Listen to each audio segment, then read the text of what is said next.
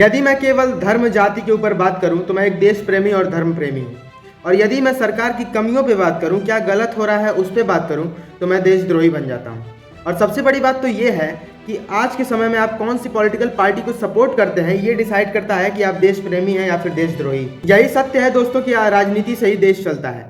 परंतु आजकल के राजनेताओं ने इतना अच्छा प्रदर्शन किया है राजनीति में कि आज ग्राउंड लेवल पर हर एक इंसान ये कहने पे मजबूर हो गया है कि राजनीति बड़ी ही गंदी चीज़ है। क्या कमी रह गई राजनीतिज्ञों से कि आज लोग ये कहने पे मजबूर हैं कि राजनीति बहुत ही गंदी चीज़ है। हम भारतीयों को बेवकूफ़ बनाना कितना आसान, इस बात का अंदाजा आप इससे भी लगा सकते हैं कि हमारे देश के प्रधानमंत्री नरेंद्र मोदी जी अपनी असल छवि को छुपाने में 10 साल तक समर्थ रहे। ये ध्यान देने की कोशिश ही नहीं की कभी कि वो जब मुख्यमंत्री हुआ करते थे गुजरात के, तब उन्होंने जिस जिस मुद्दों पे आवाज़ उठाई थी कि ये गलत हो रहा है, उन्हीं मुद्दों पे वो सबसे घटिया काम कर रहे हैं आज के समय में। प्रेस कॉन्फ्रेंस के समय पर युवाओं को एड्रेस करते हुए उन्होंने कहा था कि क्या इन मूर्तियों और स्टैचूज में है क्या इनक्रेडिबल इंडिया?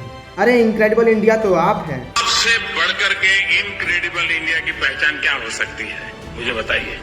आप ही तो हैं इनक्रेडिबल इंडिया, और क्या है?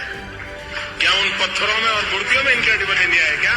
और प्रधानमंत्री बनने के बाद इतने घटिया तरीके से सिर्फ इनकी राजनीति स्टैच्यूज, मूर्तियों और मंदिरों तक ही सीमित रह गई है। जब ये गुजरात के मुख्यमंत्री हुआ करते थे तो ये आवाज उठाते थे कि हमारे देश में इतने आतंकी हमले क्यों हो रहे हैं और उनके ऊपर सख्त से सख्त कार्रवाई क्यों नहीं की जा रही है।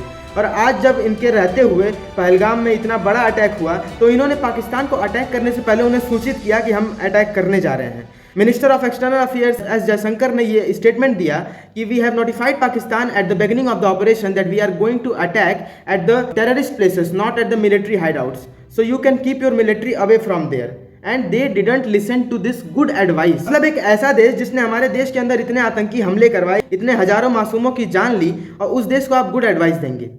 जितने वीर शहीद हुए हैं आज तक देश के लिए, उनके परिवार वालों वो कितना गौरवान्वित महसूस कर रहे होंगे इस स्टेटमेंट को सुन के। दोस्तों, किसी भी देश की रीढ़ की हड्डी उसकी मीडिया होती है। किसी भी लोकतांत्रिक देश के मीडिया के स्तर का गिरने का सीधा मतलब है कि उस देश की रीढ़ की हड्डी कमजोर हो रही है, और रीढ़ की हड्डी कमजोर होती है तो शरीर झुक जाता है। यदि बात करें भारत की तो सन 2002 में इंडियन मीडिया का वर्ल्ड प्रेस फ्रीडम इंडेक्स में 80वां स्थान था, जो कि अगले 1.5 से 2 साल के अंदर 105वें स्थान पर पहुंच गया था।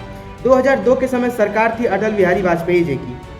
फिर 2004 में जब सत्ता पलट हुई और कांग्रेस ने अपनी गवर्नमेंट फॉर्म की इंडिया में, तो इंडियन मीडिया 105वें स्थान से 2014 तक 141वें स्थान पर पहुंच चुकी थी। दोस्तों, 2013 वह साल था जब आरएसएफ ने यह स्टेटमेंट दिया कि India have experienced an unprecedented violence against journalist with 8 killed in 2013 alone. बात करें भारतीय मीडिया की आज की रैंकिंग्स की, तो आज 151वें स्थान पर स्टैंड करती है भारतीय मीडिया। आज से ठीक 2 साल पहले यानी कि 2023 में भारतीय मीडिया सबसे लोएस्ट 161वें पायदान पर पहुंच चुकी थी। दर्शाता है कि भारत की रीढ़ की हड्डी कितनी कमजोर हो चुकी है। वैसे तो जो सच में शिक्षित और समझदार समाज है, उसे साफ साफ नजर आ रहा है कि देश की मीडिया पूरी तरीके से बिक चुकी है। और जिसे नहीं समझ में आ रहा है वो देखिए आरएसएफ की ये ऑब्जर्वेशन कि आखिर क्यों इंडियन मीडिया का स्तर इतना गिरता जा रहा है। 3-4 पॉइंट्स बताए हैं। पहला पॉइंट है पॉलिटिकल पार्टीज से पड़ता हुआ दबाव। दूसरा पॉइंट है ओनरशिप कंसंट्रेशन, यानी कि केंद्रित स्वामित्व, और जर्नलिस्ट के खिलाफ लॉ का इस्तेमाल कर। बात अगर इस्तेमाल करने की हो ही रही है तो एक नज़र बिहार चुनाव पे भी डाल लेते हैं। एनडीए के बिहार मैनिफेस्टो पे नज़र डालें, जिसको इन्होंने नाम दिया है पंचामृत गारंटी। तो इसमें 5 पॉइंट्स वादे किए गए हैं। पहला वादा है जो फ्री राशन की स्कीम है उसको ये कंटिन्यू रखेंगे।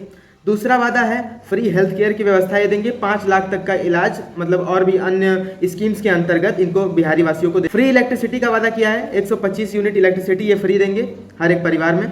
चौथा वादा है 50 लाख नए पक्के मकान बनवाएंगे। और 5वां वादा है इंक्रीमेंट इन सोशल सिक्योरिटी लाएंगे। ये मैनिफेस्टो पूरी तरीके से दर्शाता है कि कैसे भविष्य के विषयों से ध्यान हटा करके तत्काल लाभ एवं मुफ्त में आवश्यकताएं पूरे करने पे इनका ध्यान केंद्रित करने का प्रयास है बिहार वासियों का, जिससे गरीबों की बुनियादी आवश्यकताओं को डायरेक्ट संबोधित किया जा सके और कंटिन्यूअस फ्लो ऑफ डेवलपमेंट और कंटिन्यूअस फ्लो ऑफ वेलफेयर को दिखा करके सत्ता विरोधी भावनाओं को दफन किया जा सके। इस तरह एनडीए ने चुनावी गर्मा गर्मी माहौल में 75 लाख औरतों के खाते में 10-10 हजार रुपए डायरेक्ट ट्रांसफर कर दिए।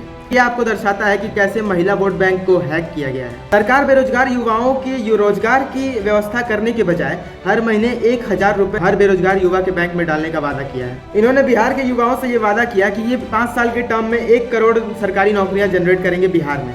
लेकिन जब डेटा एनालिसिस की गई तो पता चला कि ये तो पॉसिबल ही नहीं है, क्योंकि बिहार का जो एनुअल बजट है यानी कि वार्षिक बजट है वो है $3.17 ट्रिलियन का। और अगर 1 करोड़ सरकारी नौकरियां ये जनरेट करेंगे और एक साल की अगर एवरेज सैलरी अगर 2.5 लाख भी लें तो ये बजट पहुंच जाता है $25 ट्रिलियन का, जो कि बिहार के वार्षिक बजट से 8 गुना ज़्यादा है। अगर इसी समय बात करें ऑपोजिशन की, तो उन्होंने भी वादा किया है कि ये हर एक फैमिली में एक सरकारी नौकरी प्रोवाइड करेंगे। अगर इनका भी डेटा एनालिसिस किया जाए तो हर परिवार में एक सरकारी नौकरी प्रोवाइड करने में भी बजट जो लगेगा वो $7 ट्रिलियन पहुंच जाएगा, जो कि 2 गुना है बिहार के वार्षिक बजट से। पार्टी चाहे कोई भी हो, सब केवल अंधेरे में तीर चला रहे हैं, और उस अंधेरे में खड़ा कौन है? जनता। चलिए, बात मैनिफेस्टो की हो ही रही है तो एक नज़र डालिए 2019 के एनडीए के मैनिफेस्टो पे लद्दाख के लिए, जिसमें इन्होंने खुद क्लियरली मेंशन किया है कि लद्दाख को 6th शेड्यूल के अंदर शामिल करके एक राज्य का दर्जा ये देंगे। लेकिन आज 6 साल होने के हैं और आज तक ये काम नहीं किया इन्होंने। और तो और, जब सोनम वांगचुक, जो कि लद्दाख के एक बहुत ही जाने माने सोशल वर्कर हैं, समाज सेवी हैं, उन्होंने जब इसके खिलाफ आवाज़ उठाने की कोशिश की अनशन के द्वारा, यानी बिल्कुल अहिंसक तरीके से, तो उन्हें भी इन्होंने सलाखों के पीछे डाल दिया। मतलब पहले तो ये स्वयं ही वोट के लालच में झूठे झूठे वादे करते हैं, और फिर अगर इनको पूरा नहीं कर पाते हैं और उनके खिलाफ कोई आवाज़ उठाता है तो उनकी आवाज़ को भी दबा दिया जाता है। एक सीधा सवाल है, where is the freedom of speech? अब बात अगर आवाज़ दबाने की हो ही रही है तो आइए देख लेते हैं जर्नलिस्ट वायलेशन इन इंडिया। इसी साल 2 पत्रकारों की हत्या हुई है जिन्होंने सिर्फ गलत के खिलाफ आवाज़ उठाने की कोशिश की थी। पहले पत्रकार है मुकेश चंद्राकर, जिन्होंने रोड कंस्ट्रक्शन में हो रही इरेगुलरिटीज के खिलाफ वीडियो बनाने की कोशिश की थी। ये एक फ्रीलांस जर्नलिस्ट थे जिनके यूट्यूब चैनल का नाम बस्तर जंक्शन था। ये संदिग्ध तरीके से, गुप्त तरीके से छत्तीसगढ़ में मृत पाए गए। 2025 में राघवेंद्र बाजपेयी, जो कि दैनिक जागरण के लिए काम करते थे, उन्होंने जब राइस पैडी सेल्स में हो रही इरेगुलरिटीज के खिलाफ आवाज उठाने की कोशिश की थी तो उन्हें गोली मारकर हत्या कर दी गई। ये देख सकते हैं आप, एफएससी के रिपोर्ट में पता चला कि साल 2025 के पहले 4 महीने के अंदर ही 4 केसेस अटैक ऑन जर्नलिस्ट के और 6 cases uneven arrest of journalist के सामने आए थे इंडिया में। ऐसा ही वाकया एक प्रोमिनेंट जर्नलिस्ट राणा आयूब के साथ भी देखने को मिला, जहां पर गलत के खिलाफ आवाज उठाने पे उनके और उनके पूरे परिवार को जान से मारने की कई बार धमकियां दी गई। इनकी सोच इतनी गिरी हुई है कि पुलवामा में शहीद वीर जवानों के नाम पर भी इन्होंने वोट मांग डाला। मैं मेरे फर्स्ट टाइम वोटर से कहना चाहता हूं कि आपका पहला वोट पुलवामा में जो वीर शहीद हुए, उन वीर शहीदों के नाम आपका वोट समर्पित हो सकता है क्या? इनकी सोच इतनी गिरी हुई है कि जिस हिंदू धर्म के नाम पर ये आज तक राजनीति में जीतते आए हैं और आज भी खड़े हैं, उसी में जीव हत्या को पाप माना जाता है। और इनके पार्टी के खुद के कार्यक्रम में मीट परोसा गया था कि ये बीजेपी का कार्यक्रम था। ये इसी देखिए, तो ये भाजपा का सबसे बड़ा इसी मुर्गा भात पे है। इसी खाने में यहाँ पर मीट चावल भारतीय जनता पार्टी कार्यक्रम था। क्या कार्यक्रम था? हमको मालूम। आज सभी लोग जय श्री राम बोल रहे हैं, उसमें इधर आके मीट बता रहे हैं। चावल नहीं मिल रहा, खाली मीट मिल रहा है। यही नहीं, ये लीडिंग बीफ प्रोड्यूसर कंपनी से टैक्स भी लेते हैं। ये खुद कहते हैं, क्या छठी मैया का अपमान करके, क्या छठी मैया के बारे में बुरा भला बोल के वोट मांगा जा सकता है क्या? क्या बिहार की जनता इसे माफ करेगी क्या? और इनके खुद के पार्टी के कार्यक्रम में ये देखने को मिलता है।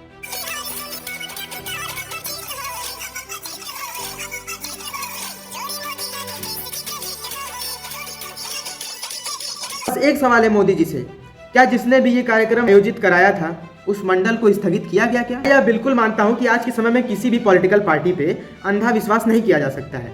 भारतीय जनता पार्टी रिलीजन की पॉलिटिक्स करती है और इसकी कमियां मैंने आपको गिनवाई। अभी भी बहुत सी कमियां हैं, बहुत से मुद्दे हैं, लेकिन वीडियो बहुत ज़्यादा बड़ा हो जाएगा। अब बात करें समाजवादी पार्टी की। इनके कार्यकाल में लॉ एंड ऑर्डर की धज्जियां उड़ चुकी थी। आए दिन चोरी, कत्ल, मर्डर, माफियाओं और गुंडों का राज, जातिवादी राजनीति अपने चरम सीमा पर थी। एडमिनिस्ट्रेटिव अपॉइंटमेंट्स में यादवों का मैक्सिमाइजेशन। अच्छे कार्यों की बात करें तो Lucknow Agra expressway, Lucknow metro development, introduction of 100 and 1090 women helpline numbers, ये सब कुछ अच्छे कार्य हुए इनके कार्यकाल में। कांग्रेस पार्टी की बात करें तो the emergency of 1975 to 1977, it is still one of the most criticised event post independence. Suspension of democracy, forced sterilisation campaigns, most detention of minister, corruption. अगर करप्शन के केसेस की बात करें तो 2G spectrum scam, offers scandals scam, coal allocation scam, early scandals scam etcetera. बात करें अच्छे कार्यों की तो establishment of IITs, IIMs, AIIMS and for space technology इमकॉस पर, जिसको कि बाद में इसरो का नाम दिया गया। ऐसी संस्थाओं का इस्टेब्लिशमेंट जो कि आज भी देश के डेवलपमेंट में बहुत ही बड़ा योगदान देती हैं और आगे भी देते रहेंगी। 1991 के इकोनॉमिक रिफॉर्म्स, जिसने देश की अर्थव्यवस्था द्वारा, ग्रीन रेवोल्यूशन यानी कि हरित क्रांति, जिसके द्वारा इंडिया का एग्रीकल्चर डेवलपमेंट अच्छा हुआ, right to information act 2005, right to education act 2009, MNREGA 2005, ये सारे अच्छे कार्य हुए कांग्रेस के में। आपने अगर ध्यान दिया हो तो मैंने सारी ही पॉलिटिकल पार्टीज की अच्छाइयाँ बताने से पहले बुराइयाँ बताई, और इसके द्वारा मैं मीडिया को और देश की जनता को यही संदेश देना चाहता हूँ कि अपनी रिस्पॉन्सिबिलिटी को समझिए। सरकार चाहे लाख अच्छी हो, लेकिन आपको हमेशा सरकार की कमियां उजागर करनी है, क्योंकि अगर आप किसी भी सरकार को सर पर चढ़ाएंगे तो फिर यही दृश्य आपको देखने को मिलेगा जो कि आपको देखने को मिल रहा है। आपको ये जानकर हैरानी होगी कि जब बीजेपी गवर्नमेंट आई थी 2014 में, उस समय हमारे देश में लगभग 11,07,000 सरकारी स्कूल मौजूद थे, और आज की अगर संख्या की बात करें तो आज वो संख्या केवल 6,14,000 पे आ चुकी है। आखिर क्या हुआ इन सरकारी स्कूलों का? इन सरकारी स्कूलों को बंद कर दिया गया। तो बच्चे कुछ 6,14,000 सरकारी स्कूल हैं भी देश में, उनकी स्थिति क्या है, वहाँ पर शिक्षा का स्तर क्या है, ये भी आप अच्छी तरीके से जानते हैं। अगर UDISC के रिपोर्ट्स के बारे में बात करें तो 0.67% सरकारी स्कूल ऐसे हैं देश में जो कि खंडहर के समान है। 0.67 आपको सुनने में बहुत ही छोटा परसेंटेज लग रहा होगा, लेकिन असल में ये छोटा है नहीं। अगर 11 लाख का 0.6% निकालें तो वो आता है लगभग 7,370 स्कूल्स, यानी कि 11 लाख में से 7,370 स्कूल जो हैं वो खंडहर से भी बुरी स्थिति है उनकी। 8% स्कूल ऐसे हैं जहाँ की क्लासरूम्स में मेजर रिपेयरमेंट रिक्वायर्ड है, और 8% अगर निकालें तो आता है लगभग 88,000 स्कूल। ये कितना बड़ा नंबर है आप सोच सकते हैं। उस देश में शिक्षा का विकास क्या होगा जिस देश में शिक्षा की बात करते हैं ये लोग जो इतने गंदे गंदे गाने बनाते हैं। उस देश का विकास क्या होगा जहाँ पर अभी भी सरकारी स्कूलों में, गांवों में जातिवाद। स्कूल में कभी खाना नहीं खाता, बाकी बच्चे अशुद्ध हो जाते मेरी वजह से, इसलिए सब एक साथ बैठते, मुझे अलग बैठना पड़ता है अकेले, इसलिए मैं जाता नहीं, मुझे शर्म आती है। मैं उनके साथ बैठूं तो वो वहाँ से उठ जाते, मैं अकेला रह जाता हूँ। इससे तो अच्छा मैं जाऊँ ही नहीं खाने के लिए, मुझे तो समझ ही नहीं आता ये छुआछूत क्या है। उस देश का विकास शिक्षा में क्या होगा जिस देश का विद्वान ही। मैंने अभी आपके सामने जितनी बातें रखी उससे शायद आपको ये प्रतीत हो सकता है कि मैं शायद किसी एक पॉलिटिकल पार्टी का पक्ष ले रहा हूँ, लेकिन आपसे बता दूं मेरा किसी भी पॉलिटिकल पार्टी की तरफ कोई भी झुकाव नहीं है।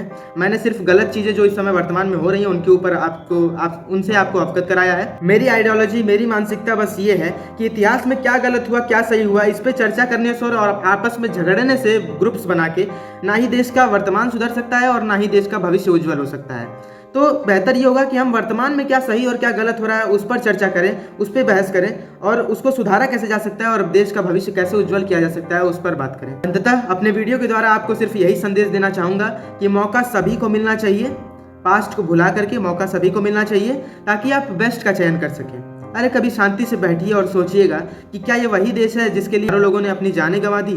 क्या ये वही हमारे सपनों का देश है?